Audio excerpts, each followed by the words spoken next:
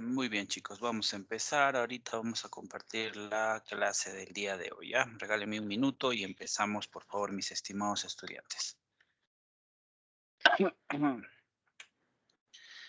A ver.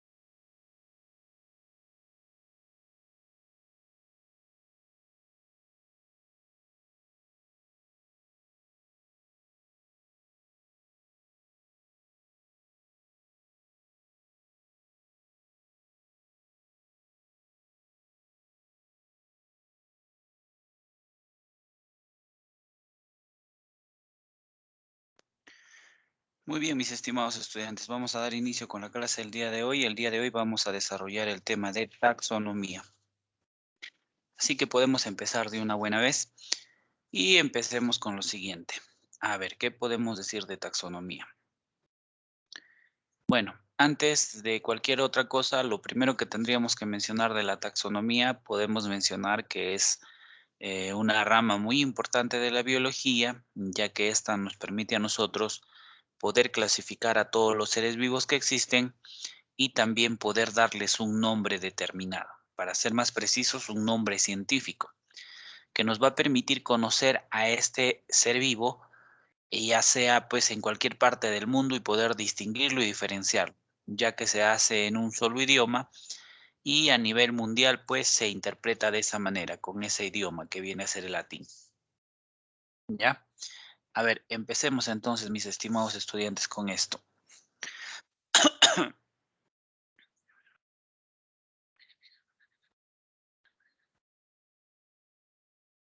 Ya.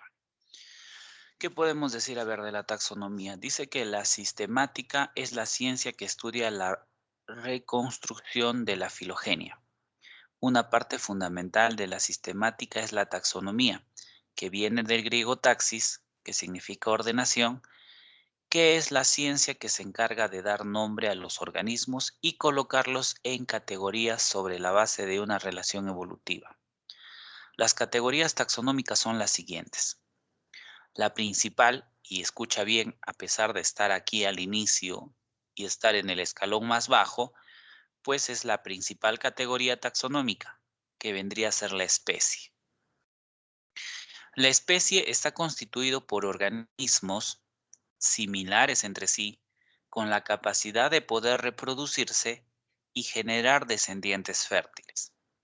¿De acuerdo?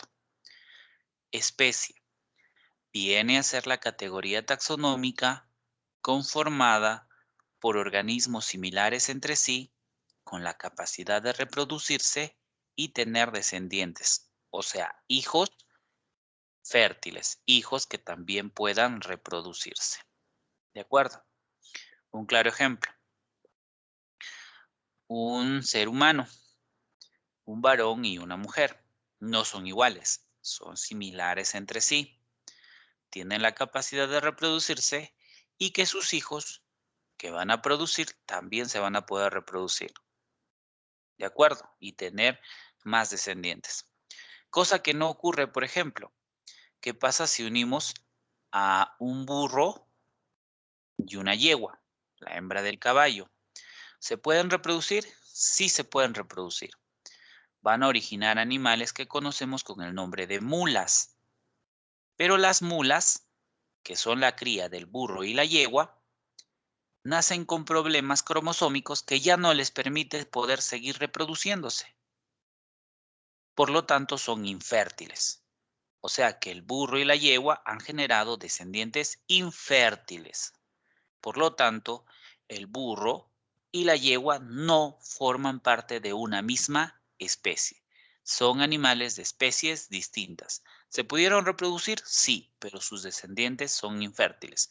Y recuerda que para poder hablar de especie tenemos que hablar de que en este caso los descendientes tienen que ser fértiles. ¿Ya? Listo. Ahora, el conjunto de especies que pueden ser muy parecidas o similares entre sí pueden formar un género. El conjunto de géneros similares o parecidos entre sí forman familia. Las familias parecidas entre sí forman un orden. Los órdenes parecidos entre sí forman la clase. Clases parecidas entre sí pueden formar el filum, que se utiliza exclusivamente para los individuos en el reino animal. O caso contrario, las clases similares entre sí pueden formar la división que se utiliza exclusivamente para lo que vendría a ser el reino vegetal. Filums similares entre sí o divisiones similares entre sí llegan a formar un reino. ¿No? Conocemos 5 reinos. Reino Monera, Reino Protista, Reino Fungi, Reino Plantae y Reino Animalia. Y los reinos similares entre sí, aquí para ser más precisos, Los reinos podemos juntarlos y formar dominios. Por ejemplo, hay un solo reino que constituye el dominio procariota. Se llama dominio porque el dominio nos indica el tipo de célula que forma el organismo. Se llama dominio procariota porque en este dominio solamente existen ese tipo de células procariotas poco evolucionadas, ¿no? Que no tienen núcleo. ¿Y cuál es el único reino que forma parte de ese dominio procariota? Pues el reino Monera. Por otro lado, tenemos el dominio eucariota. Y ese dominio eucariota, pues los organismos que están dentro de él, pues están constituidos o formados por células del tipo eucariota más evolucionadas y con un núcleo respectivo. ¿Qué reinos encontramos dentro de esta? Pues fácil, encontramos al reino protista, al reino fungi, al reino plantae y al reino animal. O sea, que en ese otro dominio encontramos 4 reinos. ¿De acuerdo? Entonces, miren, esa es la forma como clasificamos a todos los seres vivos, desde especie hasta dominio. ¿Ya? ¿Qué son cada uno de estos escalones? Son taxones. Los taxones, ¿qué son los taxones? Niveles de organización. ¿Ya? En plural se llama taxa, ¿ve? Ahí está la taxa. Y de ahí sale el nombre, pues taxonomía, ¿no? Listo. A ver, estas categorías forman una jerarquía de nichos en la que cada nivel incluye a los niveles anteriores. Ah, ok. O sea, que el género incluye a las especies, la familia incluye al género y a la especie, el orden a la familia, género y especie, la clase al orden, familia, género y especie, el filum o división a la clase, orden, familia, género y especie. El reino incluye al filum, división, clase, orden, familia, género, especie. Y el dominio incluye al reino, filum o división, clase, orden, familia, género y especie. Recuerda eso. Muy bien. Ahora vamos a hablar un poquito sobre la historia, dice, de la clasificación. ¿Ya? Esta historia de la clasificación pues empieza con el señor Aristóteles, que fue de los primeros en estar o en tratar de formular un lenguaje lógico y estandarizado para nombrar a los seres vivos.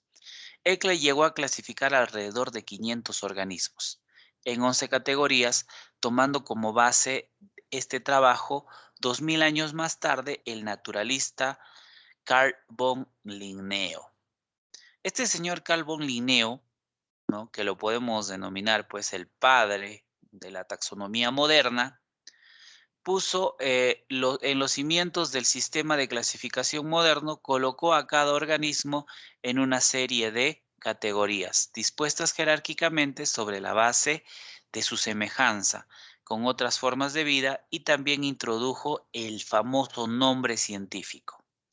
Casi 100 años después, el señor Charles Darwin publicó en El origen de las especies, en el que demostró que todos los organismos están emparentados por un ancestro en común. En 1969, el señor Robert Whittaker propone el esquema de clasificación que abarca 5 reinos: Monera, Protoctista o Protista, Fungi, Plantae y Animalia. A partir de los años 60, Carl Woese y otros biólogos han estudiado la bioquímica de los organismos procarióticos, llegando a la conclusión que el reino Monera compone en realidad 2 clases muy diferentes de organismos: bacterias y archeas. El nombre científico en un organismo se forma a partir de las 2 categorías taxonómicas más pequeñas, el género y la especie. Es único, por lo que elimina cualquier otra posibilidad de ambigüedad o confusión. Por convención, los nombres científicos siempre se escriben subrayados o en cursiva, o sea, con letras inclinadas. La primera letra del nombre es el género, siempre va en mayúscula, y la primera letra del nombre o del segundo, que es la especie, siempre va en minúscula. El idioma usado siempre será el latín, que es el idioma universal para los nombres científicos, y si es que no existiera en el latín, pues se latinizan las palabras. ¿Ya? Un ejemplo. El Drosophila melanogaster. Esta es la mosca de fruta. Drosophila sería el género de esta mosca y Megalogaster sería la especie. el Canis familiaris. Canis sería el género del perro y familiaris sería la especie del perro. Acá algunos otros ejemplos más. A ver. Ustedes me van a ayudar. Vamos a poner el nombre del ave nacional.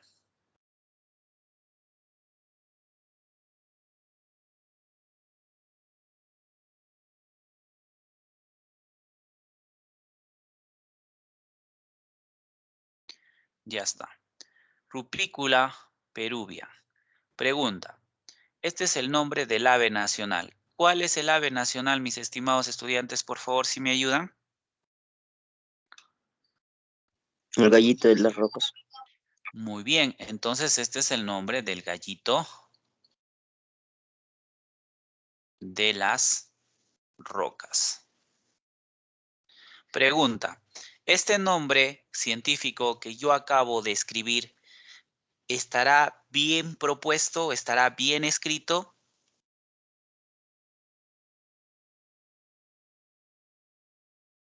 Chicos, No, a ver, ¿por qué no estará bien escrito?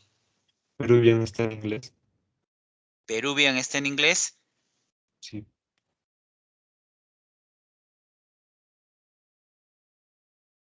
Porque la primera letra de la especie debe ser en minúscula. Porque la primera letra de la de lo que viene a ser está en minúscula. Muy bien, buenas cosas que me están planteando. Excelente. Muy bien. Según nos ha mencionado, este nombre tiene 2 errores y eso es correcto. Muy bien. Entonces no es Rupícula peruvian porque no se utiliza el inglés, se utiliza el latín. Y como Perú o peruano no tiene este significado, se latiniza la palabra. Entonces no sería Rupícula peruvian, sino sería así, miren. Y por otro lado, la especie, que es el segundo nombre, nunca debe estar en mayúscula, siempre debe estar en minúscula. ¿Ya? Vamos a borrarlo entonces. Listo. Entonces, ¿cómo sería? Sería Rupícula peruviana.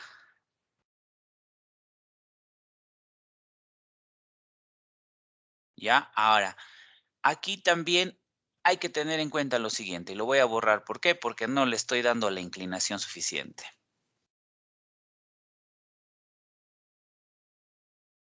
Como nos indica, el nombre científico siempre debe estar inclinado en cursiva o caso contrario subrayado. ¿De acuerdo? Ya, entonces ya saben mis estimados estudiantes. Mis estimados estudiantes, y si conocemos al ave nacional, ¿ustedes saben cuál es el nombre de la planta nacional o de la flor nacional? La cantuta. La cantuta. Y ¿sabríamos su nombre científico, mis estimados estudiantes?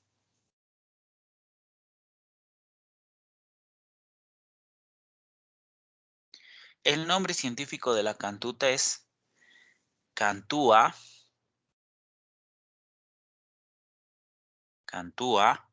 buxifolia.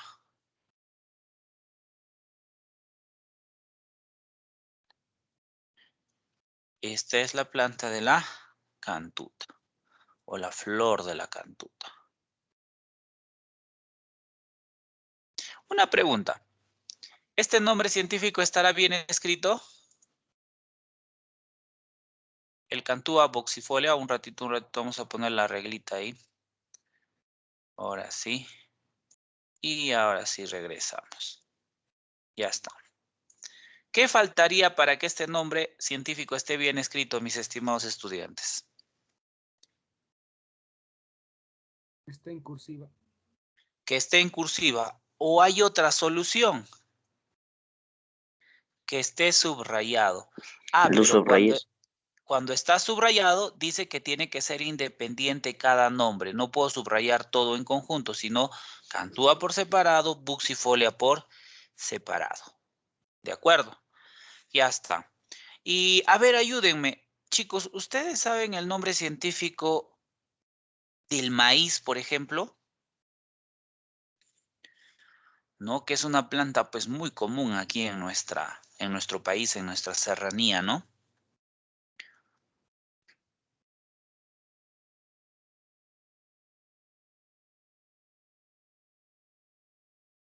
Ya está. Otro nombre científico. El del maíz. Ya sea maíz. Ya está en cursiva. No se olviden que el primer nombre nunca debe de estar en mayúscula. Perdón, el segundo nombre nunca debe estar en mayúscula, solo el primero, ¿no? Y recuérdense, por favor, que este primer nombre, ¿qué cosa representa? El género. Y este segundo nombre que representa la especie. ¿De acuerdo? A ver, mis estimados estudiantes. A ver, un ratito.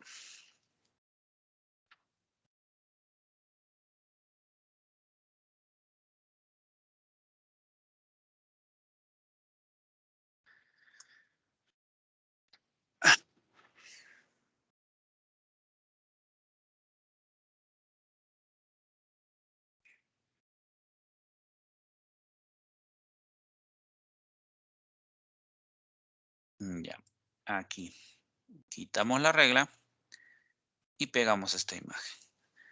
La agrandamos para que ustedes puedan ver con claridad. Acá tenemos una serie, se le denomina clasificación taxonómica, de lo que vendrían a ser, pues, los seres, algunos seres vivos, ¿no? Por ejemplo, tenemos acá del maíz, ¿ve? ¿Cómo es el género? Sea. ¿Cuál es la especie? Maíz. Nombre científico, sea maíz. Miren el caso de la paloma, ¿ve? Su género, columba. Su especie, liba. Entonces, ¿cuál sería? Columba libia, como puedes ver. ¿De acuerdo? De la vaca, su género, Bos. Su especie, Taurus. Bos taurus, su nombre científico. Del ser humano, Homo. Su especie, Sapiens. Homo sapiens. Claro que aquí inclusive nosotros ya ni siquiera somos los Homo sapiens. ¿Cuál es nuestro nombre científico real, mis estimados estudiantes? Sapiens, sapiens. Sapiens, sapiens. Muy bien, el hombre que piensa, piensa, ¿cierto? Excelente, mis estimados. Ahora, por acá, por ejemplo, tenemos de una ameba que pertenece al reino protista. Su género es Amoeba y su especie es Proteus, Amoeba proteus. ¿Ven? Entonces ahí salen, ¿ve? Y aquí está la clasificación taxonómica. Solo que acá está desde lo que viene a ser el reino. Nos faltaría desde lo que es el dominio. Pero aquí si yo veo a todas estas especies, reino plantae, reino animal, animal, ¿no? Y reino protoctista, pues todos son del dominio eucariota. Nuestra clasificación taxonómica, pertenecemos al reino animal, ¿no? Dentro del reino animal se divide pues en los cordados, ¿no? Y los invertebrados, nosotros somos cordados, ¿no? Y dentro del filum invertebrados hay un montonal, pues, ¿no? Están, pues, por ejemplo, el filum anélidos, el filum platelmintos, el filum moluscos, el filum artrópodos, ¿no? El filum equinodermos, un montón de filums dentro de los invertebrados, ¿ya? Nosotros pertenecemos a los cordados, chordata, o sea, vertebrados, en otras palabras más sencillas. Luego, somos de la clase mamalia, o sea, mamíferos. Tenemos el orden primate, somos de la familia de los Hominidae, nuestro género es Homo y nuestra especie es Sapiens. Por ende, nuestro nombre científico ya sabemos cuál es, Homo sapiens. Muy bien, continuemos. Ahora vamos a entrar a hablar de los reinos, pues. Y empezamos justamente por el reino de las arqueobacterias. Las últimas clasificaciones, como la que hizo en realidad este señor, pues, Carl Woese, ¿no? Trataron de dividirlo al reino de las arqueobacterias. en un reino específico, diciendo y alegando de que pues son bastante distintas. Y esto hay una gran, pero una gran discusión hasta el día de hoy. Es por eso que muchos textos y bibliografías, así como aceptan que figure el reino de las arqueobacterias, muchos otros lo incluyen dentro del reino monera, ¿no? O sea, el reino de las bacterias. ¿De acuerdo? Ahora, por eso, en la gran mayoría de textos y bibliografías encontramos a lo que viene a ser este reino de las arqueobacterias y el reino de las bacterias unificados en el reino monera. ¿Ya? Entonces, para que no tengamos esa confusión de que ¿cuántos reinos hay? Oficialmente son 5. Wose dividió al reino monera en 2, pero hasta hoy en día, en la mayoría de textos y bibliografía científica, se les agrupa dentro del reino monera. ¿Ya? De acuerdo. Ahora, ¿qué podemos mencionar acá, mis estimados estudiantes? Inclusive, debería haber otro reino adicional, que es el reino de las archeas. Y este reino de las archeas o archetistas, pues era un reino donde más o menos como que querían también ahí combinar a las arqueobacterias, pero principalmente iba a haber un tipo de organismo que en realidad no es un organismo y por eso no se le llegó a dar esa clasificación o no se le dio a dar ese nivel de reino, pues el principal protagonista eran los virus. Pero en realidad, mis estimados estudiantes, los virus no son considerados seres vivos debido a que no cumplen todas las características que un ser vivo debe de cumplir para ser considerado como tal. Los virus inclusive se cristalizan y la cristalización es una característica muy específica de la materia inerte. Entonces, estos virus en realidad están en el punto intermedio entre ser vivo y materia inerte. Debido a que cumple poquísimas características de un ser vivo. Un claro ejemplo, la replicación. Los virus se replican, ¿ven? Pero no llegan a alcanzar el nivel de ser vivo. Y es por eso que ese reino de las archetistas, ¿no? No llegó pues a considerársele como tal. ¿De acuerdo? Muy bien. Empecemos con el reino de las arqueobacterias. Podemos decir que bioquímicamente las arqueobacterias son muy distintas a otras procariontes. Una de sus características más distintivas es la ausencia de un peptidoglucano en su pared celular. Además, hay lípidos inusuales en la membrana plasmática y las moléculas de ARN y enzimas distintivas a su ARN polimerasa. Es más parecido que al de las eucariontes. Se clasifica en metanógenas, las más comunes de las arqueobacterias. Son anaeróbicos, no estrictos, o sea, viven sin presencia de oxígeno. Habitan en pantanos y en el tracto digestivo de los humanos y también en algunos otros animales. Su principal función, como su mismo nombre lo dice, metanógenas, es la producción de un gas que viene a ser el metano. Su fórmula química del metano, CH4. ¿De acuerdo? ¿No? Producen metano a partir del dióxido de carbono e hidrógeno. Entonces ya sabes, por eso se les llaman metanógenas.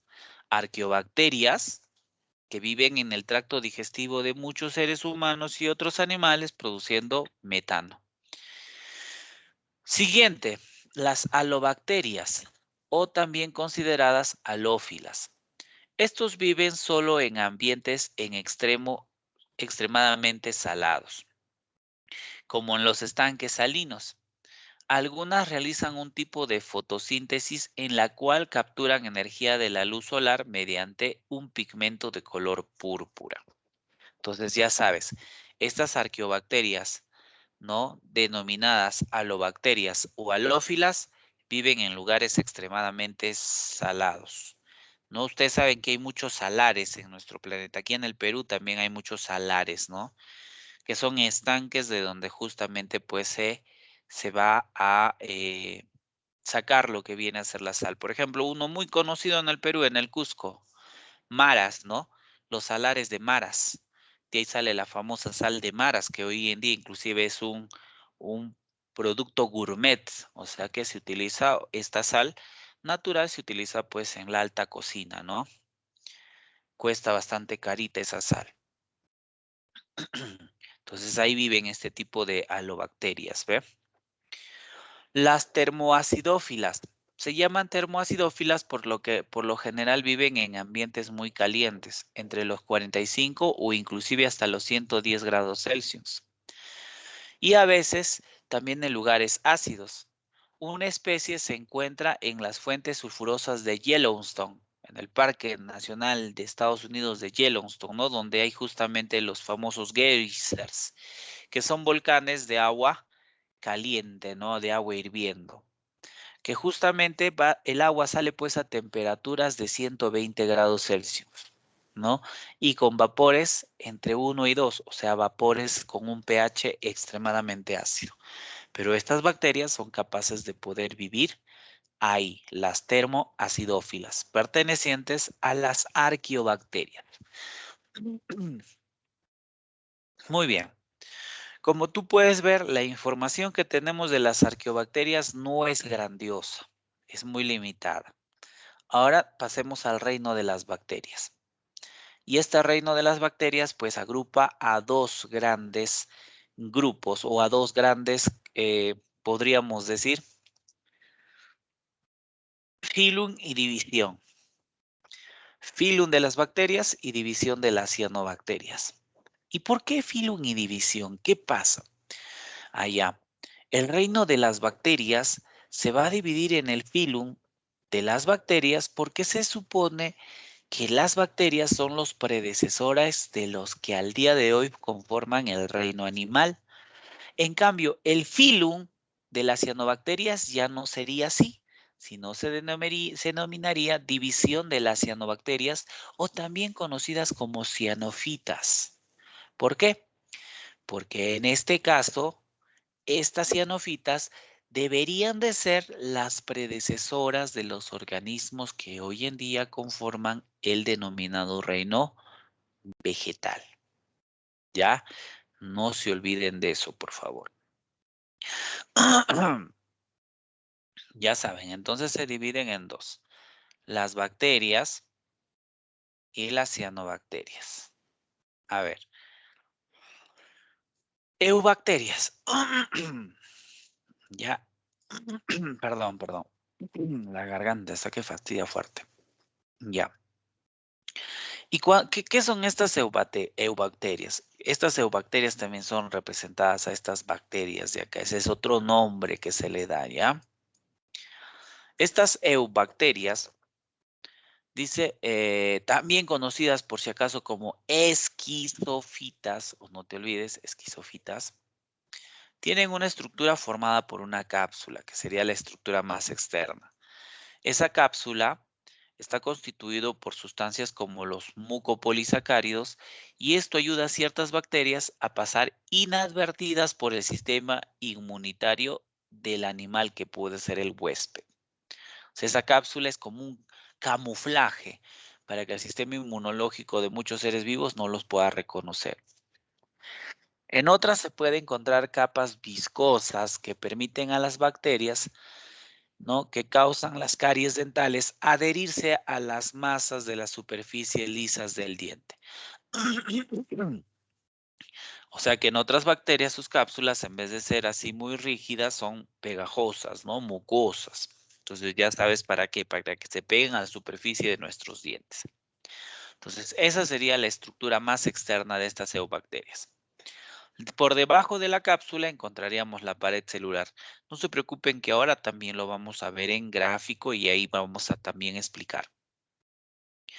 La pared celular se ubica entre la membrana celular y la cápsula.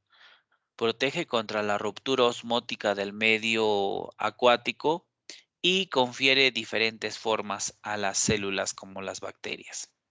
Está formada por peptidoglucanos en una molécula orgánica compleja que consiste en dos tipos inusuales de azúcares unidos con péptidos cortos. Cuando te dicen péptidos son partes proteínas. Entonces, si hablamos de peptidoglucanos, estamos hablando de la combinación de azúcares con partes proteínas o partes proteicas. Las bacterias gram positivas tienen una pared celular muy gruesa de peptidoglucanos, mientras que las bacterias denominadas gram negativas tienen dos capas, una muy delgada de peptidoglucano y una muy gruesa y externa que contiene carbohidratos unidos de lípidos. De carbohidratos unidos a lípidos. En este caso, eso les va a diferenciar en el momento de estudiar a este tipo de bacterias por la forma de tinción que van a tener cada uno de ellos. ¿Cómo tinción? Pues en la microbiología, cuando se hacen estudios de bacterias, pues las tenemos que teñir para poder observar con mucha facilidad sus estructuras y poder diferenciar a cada una de ellas. No se preocupen, dentro de un momento vamos a explicar más detalladamente esto de gram positivas y gram negativas. Citoplasma. En el citoplasma, pues es un medio acuoso donde se realizan las reacciones bioquímicas.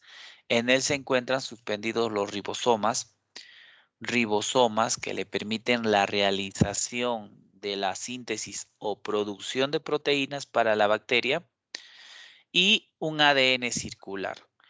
Ese ADN circular, pues es el material genético, el único material genético. Podemos decir que es su único cromosoma.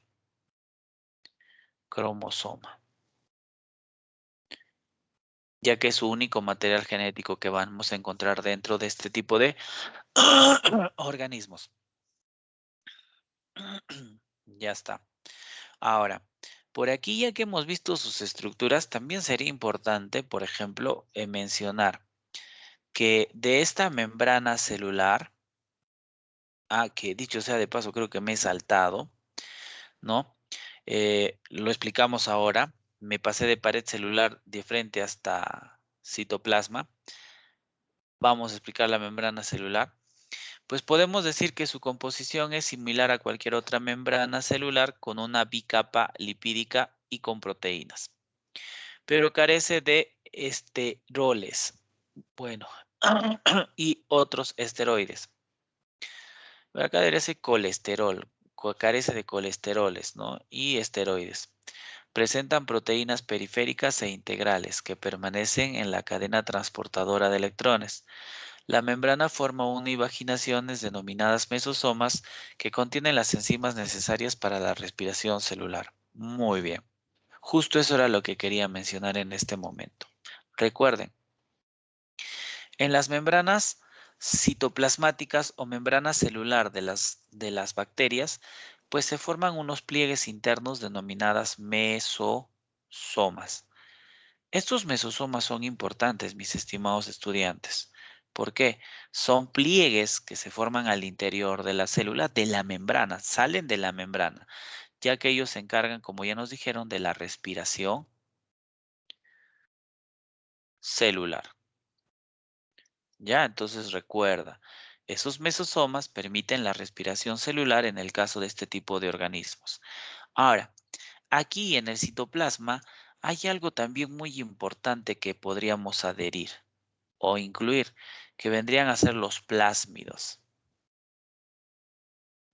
¿Y qué son los plásmidos?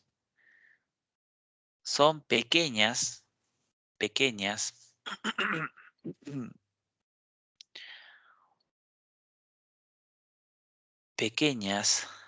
secuencias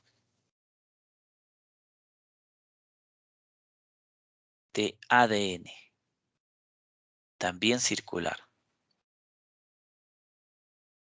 No estoy hablando de ese ADN que hemos puesto como el único cromosómico. Estas son secuencias mucho más pequeñas todavía de ADN circular. ¿Y qué cosa hace?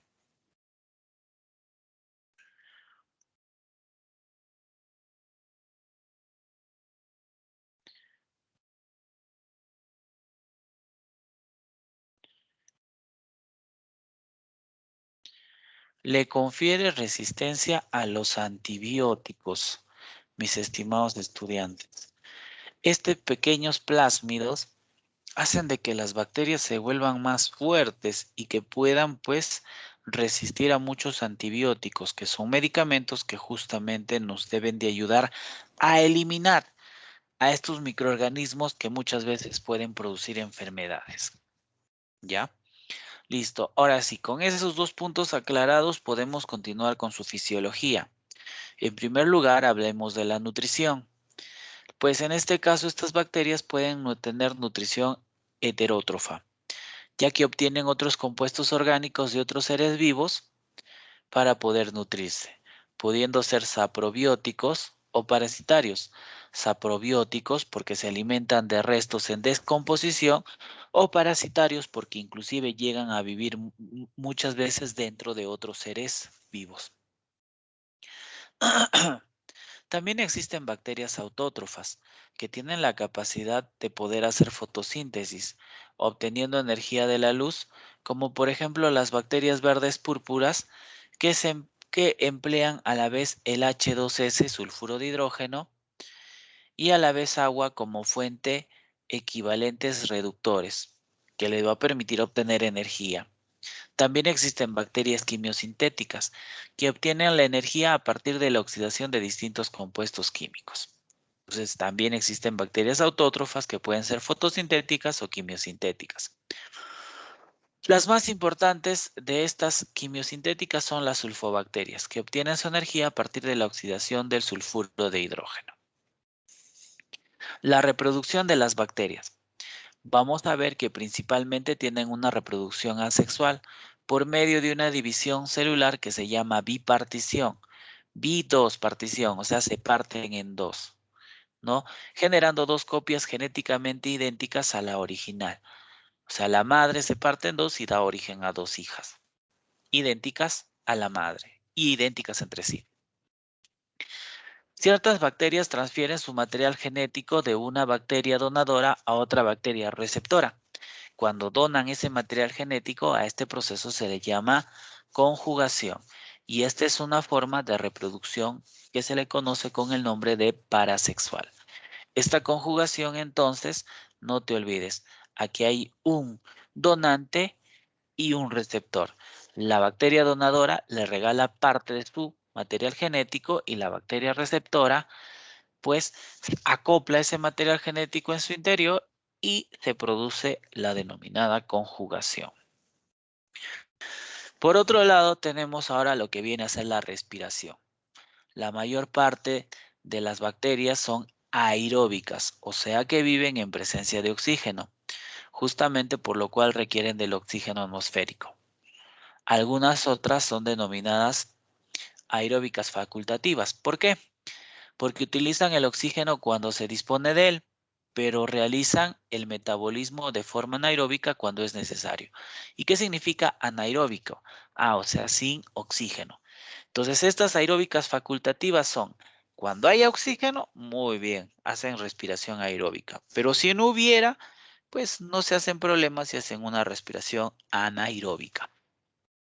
¿Ya? Por otro lado, dice, también son anaeróbicas, ¿no? Son obligadas y algunas de estas mueren en presencia de concentraciones bajas de oxígeno.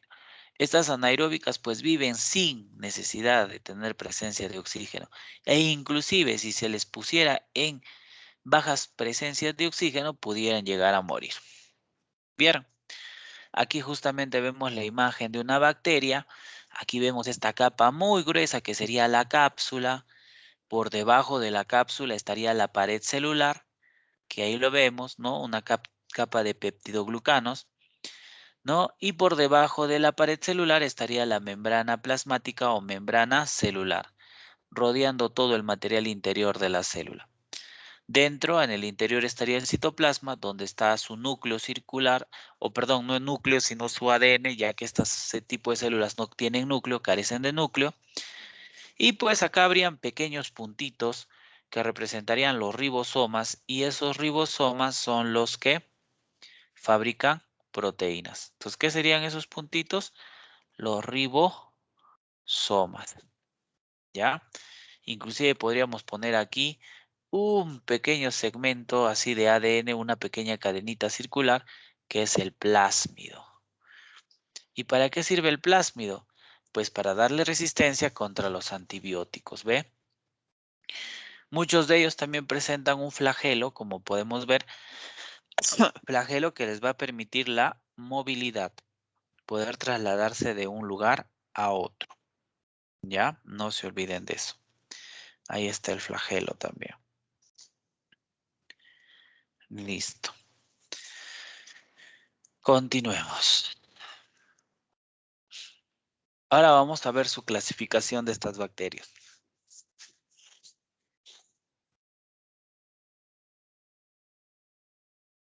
Según su forma, pues existen bacterias esféricas y se les denomina cocos. Presentan ordenamientos en forma de cadenas estreptococos. Cuando en plano de división celular es uno solo, o en racimos se les llama estafilococos. Cuando en plano de división celular son dos sentidos y en pareja se les llama diplococos. A ver, entonces, ¿cómo son los cocos? Circulares. Si forman cadenas, ¿cómo se les llama? Estreptococos.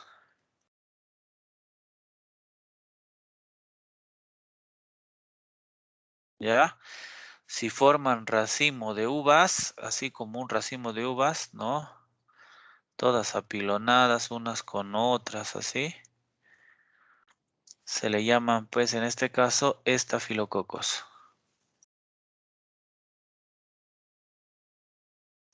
Si estuvieran de a dos nada más, diplococos. Ya está. Luego están los vibrios que tienen la forma de coma, ¿no? Como una comita. Este vidrio en cholerae. Cilíndricas o abastonadas se denominan bacilos y algunas especies presentan un ordenamiento en pares denominados diplobacilos. O sea, también pueden formarse de a dos. Y en cadena, cuando forman cadenas, se les llama estreptobacilos. Espiraladas, que se denominan espirilos y que presentan la forma general o forma individual. Los vibriones son formas espiraladas incompletas.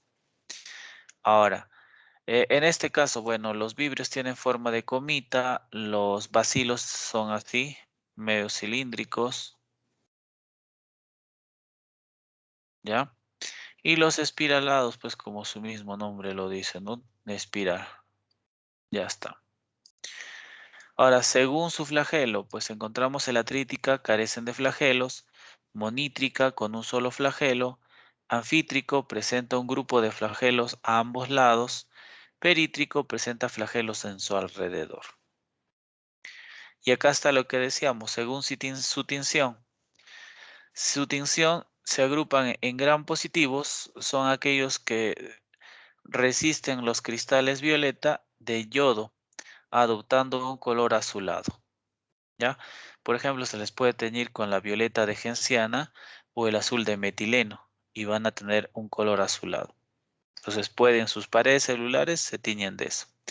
Y las gram negativas que pierden estos cristales y son coloreados por la safrina, adoptando un color rojo, por la presencia de fosfolípidos presentes en su pared celular. Entonces los que se tiñen de rojo, pues van a venir a ser gram negativos. Habitualmente los gram positivos, a ver, vamos a poner una imagen mejor para que se den cuenta.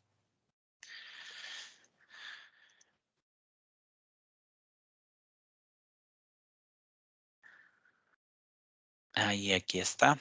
Excelente.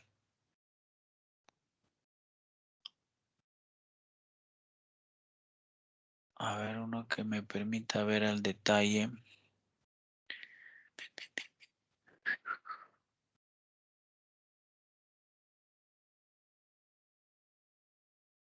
Ya está. Aquí al costadito lo pegamos para que puedan ver. Ya. Los gram negativos son los que se tiñen de rojo. Se utilizan pigmentos como la safrina y el ugol, permitiendo teñirlos de rojo. Y las gram positivas son las que se tiñen de azul. Se utilizan pigmentos como el violeta de genciana o el azul de metileno. En este caso vamos a ver que principalmente los cocos, los que son redonditos, son gram positivas y los bacilos, los que son así alargaditos, van a ser gram negativas, como puedes observar claramente en la imagen. Ya está. Importancia, a ver, de las bacterias. Su importancia ecológica. Las bacterias son las responsables de la mayor parte de la descomposición y degradación de los organismos muertos, o sea, son descomponedoras, nos ayudan a descomponer toda esta materia orgánica. Por otro lado, también dice, gracias a esto generan nutrientes necesarios para las plantas. Otras sintetizan compuestos nitrogenados a partir del nitrógeno de la atmósfera. Las bacterias pueden deteriorar materiales usados por el hombre, como la madera, textiles, metales o alimentos. De ahí tenemos términos biodegradables, que puede ser desdoblado por seres vivos, o sea, puede ser degradado, descompuesto por seres vivos como las bacterias. En el caso de las mixobacterias o las actinomicetos, son las más abundantes en el suelo y son importantes para la recirculación de nutrientes en el ciclo de los minerales. Entonces, ecológicamente las bacterias son importantes. Alimentariamente, las bacterias son esenciales para la producción del yogur, por ejemplo, el lactobacillus, también para la mantequilla, el queso y una serie de alimentos fermentados. También existen bacterias que habitan en el tracto digestivo, nuestra flora intestinal, que se alimentan de la comida sin digerir y sintetizan nutrientes como la vitamina K, la vitamina B12, que luego son absorbidas por el cuerpo. En el campo farmacéutico, el streptomicina y otros antibióticos son producidos mediante la síntesis de bacterias. Algunas se pueden manipular genéticamente para la producción de hormonas como la insulina o inclusive hormonas del crecimiento. Las bacterias en el campo de la biomédica. Alguna bacteria dice que el 30% de la población bacteriana constituyen una amenaza para la salud.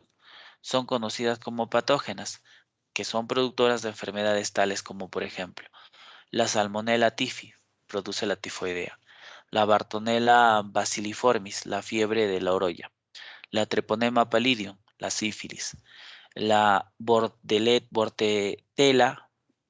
pertussis, la tos convulsiva, el Mycobacterium tuberculosis, la tuberculosis, a este también se le conoce como bacilo de Koch, la Yersinia pestis, la peste bubónica, el Clostridium tetani, el tétanos, ¿no? Que son algunas de estas bacterias pues patógenas que nos pueden producir enfermedades.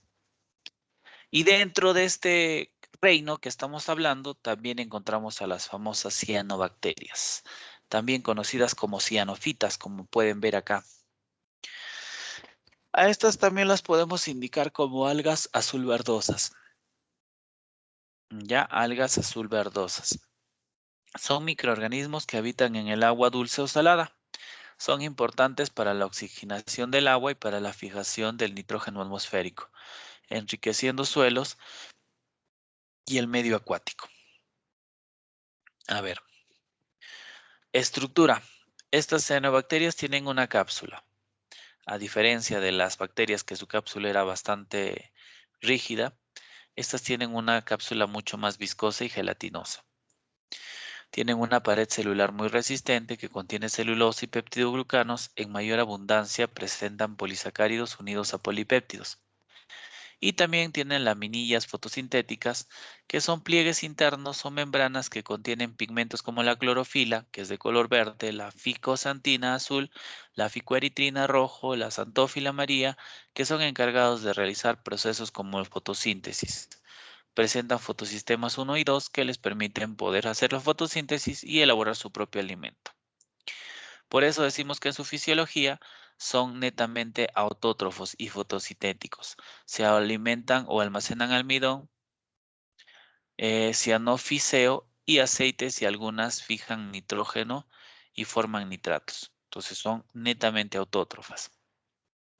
Tienen respiración que realizan en un cambio de gases a nivel de la membrana y una reproducción asexual, ¿no? Se dividen por fisión binaria, o sea, se parten en dos. Grupos importantes de bacterias, ¿no? Miren rapidito de las cianobacterias, muy sencillo la información que nos dan. Bueno, estas habitualmente viven en el agua y forman parte de esta denominada base de la cadena alimenticia acuática conocida como el fitoplancton. No se olviden de eso, ¿ya? Ya, grupos importantes de bacterias. Las espiroquetas, bacterias gram negativas con forma espiral y pared celular flexible. La Treponema pallidum, que causa la sífilis, es un ejemplo, ¿ve? Los bacillus o cocos gram negativos. Recibium, fijadoras del nitrógeno. La Neisseria gonorrea es la causante de la enfermedad de la gonorrea. Bacillus gram negativos, que son facultativos. La Escherichia coli, que habita en el aparato digestivo del hombre y otros animales. ¿Por qué se dice que son facultativos? Porque cuando hay oxígeno pueden vivir en presencia de oxígeno y si no hay son pues anaeróbicos, ¿no? Las riquecias y las clamidias. Las riquecias causan la fiebre manchada y la clamidia causa la enfermedad de la inflamación pélvica. Las mixobacterias secretan moco y planean en el agua y reptan sobre el sustrato. La mayoría son saprobiontes y que degradan la materia orgánica. Las cianobacterias son gram positivas fotosintéticas, habitan en estanques, lagos y albercas. Los cocos gram positivos, estreptococos que se encuentran en la boca, en el tracto digestivo del humano y en otros animales. El Streptococcus pneumoniae, que es el causante de la sinusitis. Estafilococos que viven en la nariz y sobre la piel, como el Staphylococcus aureus, que es causante de infecciones cutáneas. Los bacillus gram positivos. Los Clostridius son anaeróbicos. El Clostridium botulinum que causa el botulismo. Bacterias lactoacidófilas son gram negativas y fermentan azúcares produciendo ácido láctico como principal producto o producto final. Se encuentran en la boca y en la vagina humana. Entonces forman la flora bacteriana de la cavidad bucal y la flora de la cavidad vaginal. También siendo un mecanismo de defensa porque al producir ácido pues impiden que otras bacterias y otros microorganismos proliferen en estas estructuras del cuerpo humano. Los actinomicetos son parecidos a los hongos porque sus células permanecen juntas formando filamentos ramificados. Los micoplasmas, que carecen de pared celular, viven en el suelo, en el drenaje. Algunos son parásitos de plantas y animales. Algunos viven en las mucosas humanas, pero generalmente no producen enfermedades.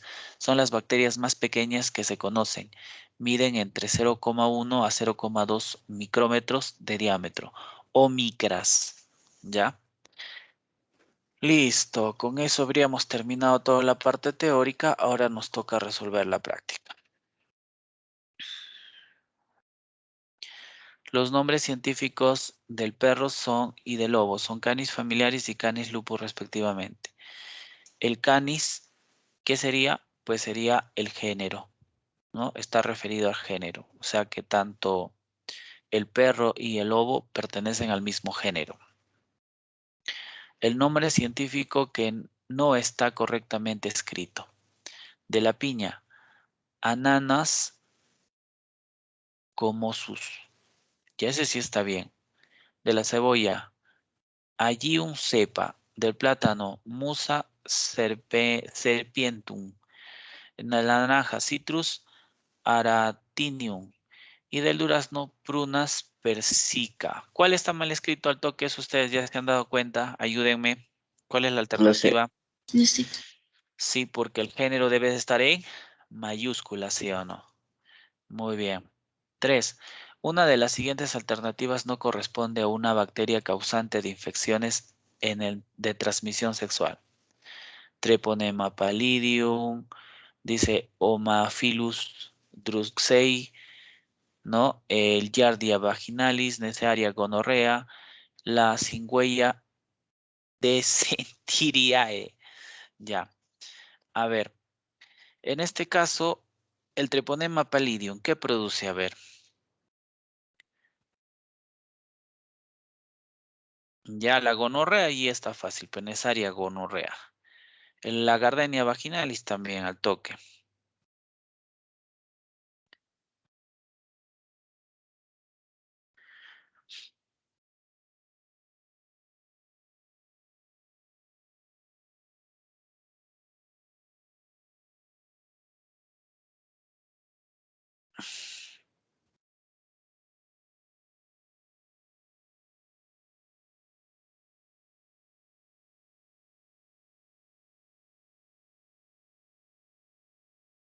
Me causa la sífilis. A ver, vamos a ponerla a su costadito, ¿ya? Sífilis. Enfermedad de transmisión sexual. Listo. Entonces, ahora vámonos por lo que viene a ser el Haemophilus ducreyi.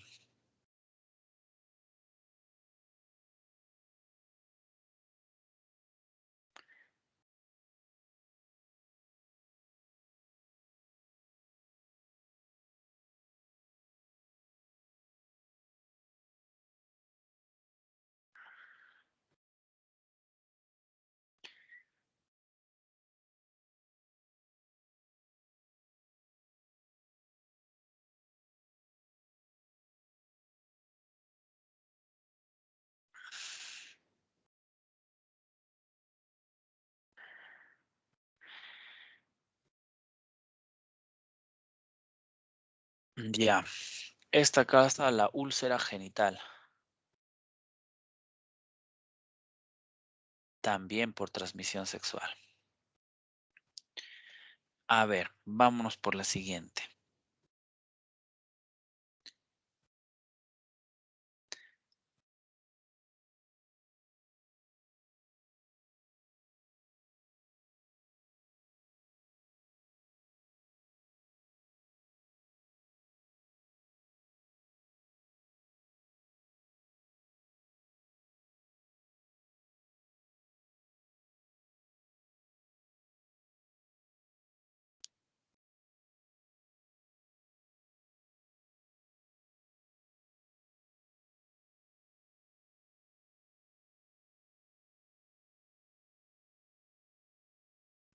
Ya, esta forma o produce una enfermedad que es la shigellosis, que es una infección intestinal.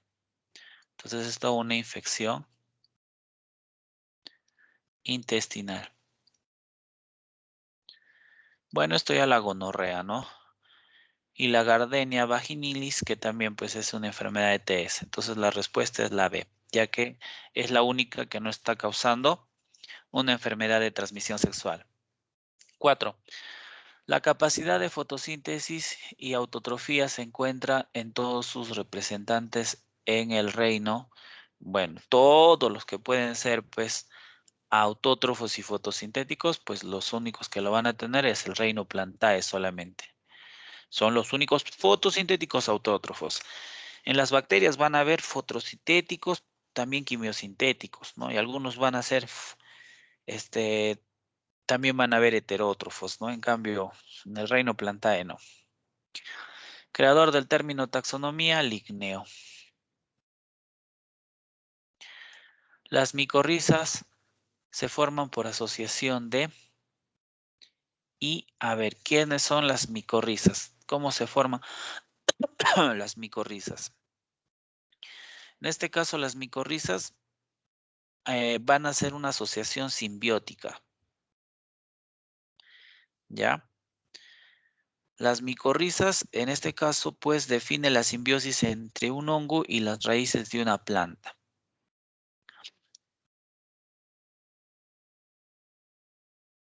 Aquí estaría. ¿No? Entonces, ¿qué cosa hace el hongo? El hongo le proporciona la humedad a la raíz de la planta y la raíz de la planta le proporciona nutrientes al hongo. Organismos unicelulares y pluricelulares eucariotas. Algunos con fotopigmentos se agrupan en el reino. Bueno, si son organismos unicelulares y pluricelulares eucariotas, que algunos tienen pigmentos, ya. Si fueran, pues en este caso nos dicen, ¿no?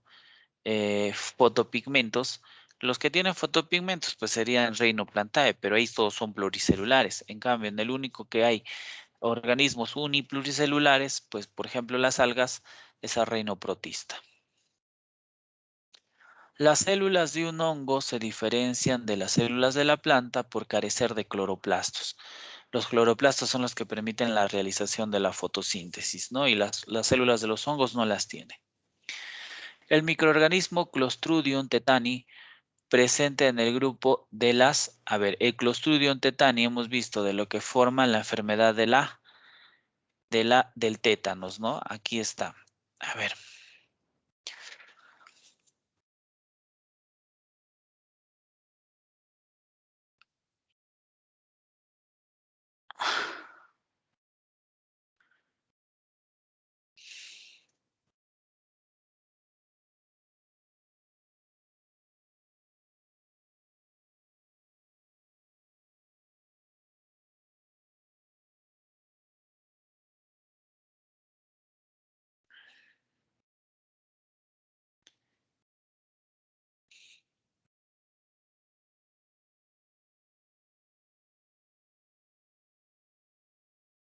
Ya, es un gran positivo, ¿ya? No, no estaba acá, no, creo que no lo habíamos visto arriba, lo hemos visto en su importancia de las enfermedades, en todo eso. Ya, pero en este caso es gran positiva.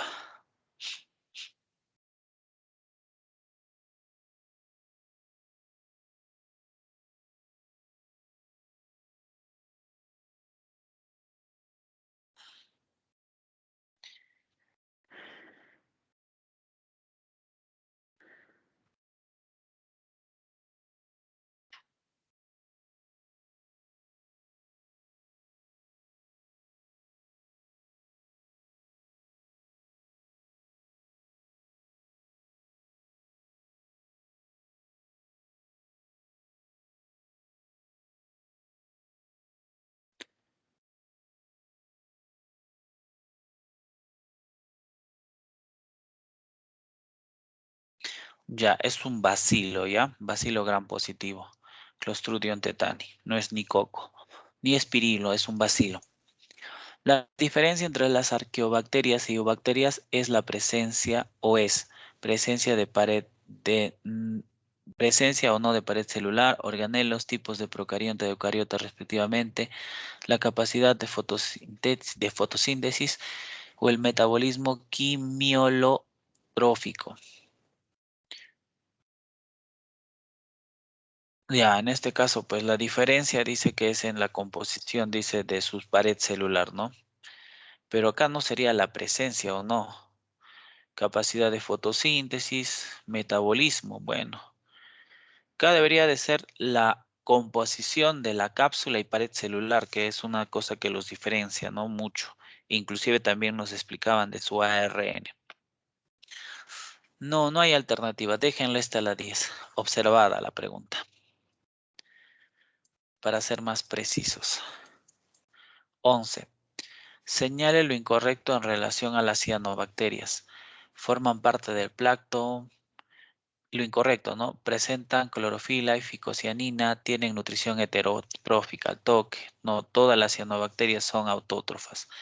Su citoplasma presenta láminas denominadas tilacoides y su reproducción es asexual también.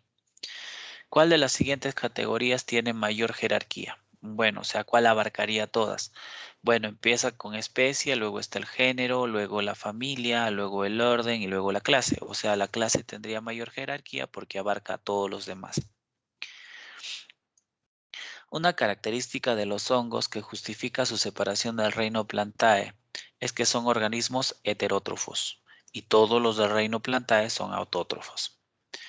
No corresponde a las condiciones y características que debe tener el nombre científico. ¿Es universal? Sí. Se escribe siempre subrayado, se escribe en cursiva, es latinizado, básicamente constituido por dos palabras. Ya. ¿Se escribe siempre subrayado? No. Todos los demás sí. ¿Es universal? Es latinizado. ¿Se escribe en cursiva? Sí, puede ser, pero no nos dice siempre, ¿no? Básicamente está formado por dos palabras, cierto. pero debe escribirse siempre subrayado, no es una condición. Se puede subrayar, pero no siempre, ¿no? 15. Microorganismos que habitan en el conducto digestivo de vertebrados, como los rumiantes, y generan metano. Ay. Bueno, en este caso son arqueobacterias metalogénicas, ¿no? Las primeras que vimos de las arqueobacterias. Organismos que participan como fijadores de nitrógenos. Bueno, en este caso, pues en este caso estamos viendo y vimos aquí, a ver, principales fijadores de nitrógeno. Acá está, fijan nitrógeno. ¿Quiénes son? Las cianobacterias.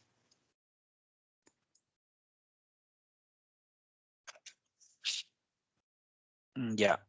Un científico tomó una muestra de tierra de los terrenos aledaños a la universidad y al observar bajo un microscopio la muestra presenta unos organismos unicelulares, sin núcleos ni organelas.